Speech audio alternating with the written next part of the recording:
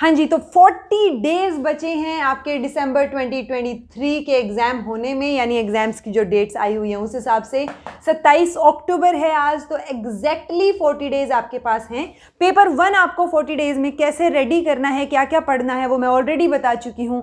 और उसी में ही कुछ स्टूडेंट्स का ये भी था कि मैम एजुकेशन का पेपर कैसे प्रिपेयर करें। Obviously inculcate learning second paper education का मैं पढ़ाती हूँ इनकलकेट लर्निंग पे, सो ऑब्वियसली आपकी उम्मीद बिल्कुल ठीक है कि एजुकेशन के बारे में भी चीज़ें बताई जाएं।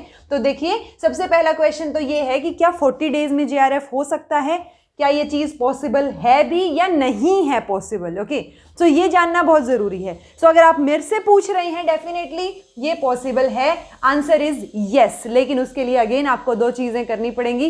पहली बात मुझ पे विश्वास, दूसरी बात खुद पे विश्वास, क्योंकि कई स्टूडेंट्स मेरे पे विश्वास फिर भी कर लेते हैं लेकिन वो खुद पे नहीं कर पाते। उनको ये लगता है कि मैं नहीं कर पाऊंगा ये, या मैं नहीं कर पाऊंगी 40 दिन में, तो बिल्कुल नहीं होगा। ठीक है, इनफैक्ट पेपर 1 के लिए जो वीडियो डाली स्ट्रैटेजी की, उसमें भी कई स्टूडेंट्स कह रहे थे मैम ये वाला तो चलो ठीक है, जून के लिए ज़रूर बनाना बाद में। अरे जून के लिए तो बाद की बात आएगी, बिकॉज जब 6 महीने की बनाई जाती है तो वैसे दिमाग खराब हो जाता है कि कौन पढ़ेगा, बाद में पढ़ेंगे। जब 3 महीने की बनाई जाती है तब भी आप नहीं पढ़ते, तो अब तो मतलब पीक पॉइंट है ना। सो 40 डेज में चीज़ें पॉसिबल हैं, करनी है। जिन्होंने अब तक शुरू नहीं की है तैयारी, वो अब तैयारी शुरू करके भी 40 डेज में जेआरएफ क्रैक कर सकते हैं। स्पेशली अगर आप एजुकेशन सब्जेक्ट से हैं, बिकॉज उसमें पेपर 1 भी मैंने करवा रखा है इनकलकेट लर्निंग पे, और पेपर 2 भी करवा रखा है। तो आपको कुछ भी करने की ज़रूरत नहीं है, सिर्फ जो मैं बताऊं वो करने की ज़रूरत है। ऑल्दो उसमें भी बहुत कुछ आ जाएगा। ठीक है, अब आपको करना क्या है, आपको जब जैसे ही आप इनकलकेट लर्निंग का चैनल ओपन करेंगे ना,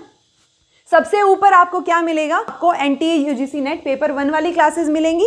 वो प्लेलिस्ट पे क्लिक करेंगे तो वो ओपन हो जाएगी। उसके बाद आपको एनटीए यूजीसी नेट पेपर 1 के लिए मैराथन्स दिखेंगी। उसके बाद नीचे स्क्रॉल डाउन करते ही यूजीसी नेट एजुकेशन लिखा हुआ दिखेगा, उस लिखे हुए पे क्लिक कीजिए। जैसे ही आपने क्लिक किया, आपके पास बहुत सारी प्लेलिस्ट खुल जाएंगी। उन प्लेलिस्ट में यूनिट 1 से लेके यूनिट 10 तक, यानी 10 यूनिट 10 प्लेलिस्ट हो गई।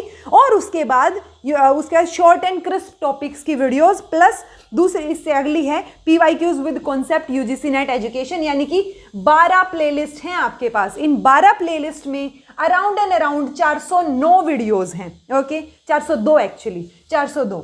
उसमें एक और प्लेलिस्ट ऐड कर लीजिए पीवाईक्यूज की, जिसमें 9 क्लासेस हैं, तो वो 411 हो गई आपके लिए। ठीक है, सो अभी के लिए आपको ये सारी चीजें करने की जरूरत है। अब क्योंकि ऑब्वियसली ना 40 दिन इतने भी ज्यादा नहीं है कि आप 1-1 घंटा पढ़ के काम चला लें। सो आपको फुल्ली टाइम देना पड़ेगा पेपर 1 पेपर 2 दोनों के लिए। जो जो चीज़ें बताई हैं उनको कैसे पूरा किया जा सकता है आपके टाइम शेड्यूल के हिसाब से, वो सोचना आपका काम है। लेकिन और मैं इन प्लेलिस्ट का लिंक भी आपको डिस्क्रिप्शन बॉक्स में दे दूंगी। सो आपको 1 से लेके 10 प्लेलिस्ट, 2 प्लेलिस्ट जो कॉन्सेप्ट्स हैं विद पीवाईक्यूज, मतलब पीवाईक्यूज विद कॉन्सेप्ट और crisp short and crisp videos, plus जो 9 पीवाईक्यूज करवा रखे हैं, 1.25-1.5 घंटे की वीडियोस हैं, जिसमें 90 क्वेश्चंस, 90 या 95 क्वेश्चंस हर एक लेक्चर में करवा रखे हैं। ओके, सो ये प्लेलिस्ट अगर आप कर लेते हैं ना, आपका जेआरएफ होने से कोई रोक ही नहीं सकता। मैं कह रही हूँ ये बात, ठीक है, क्योंकि एजुकेशन में ये प्लेलिस्ट, पेपर 1 की जो एक फुल प्लेलिस्ट बता रखी है, वो फिलहाल के लिए बस शुरू हो जाइए। करना आपको ही है,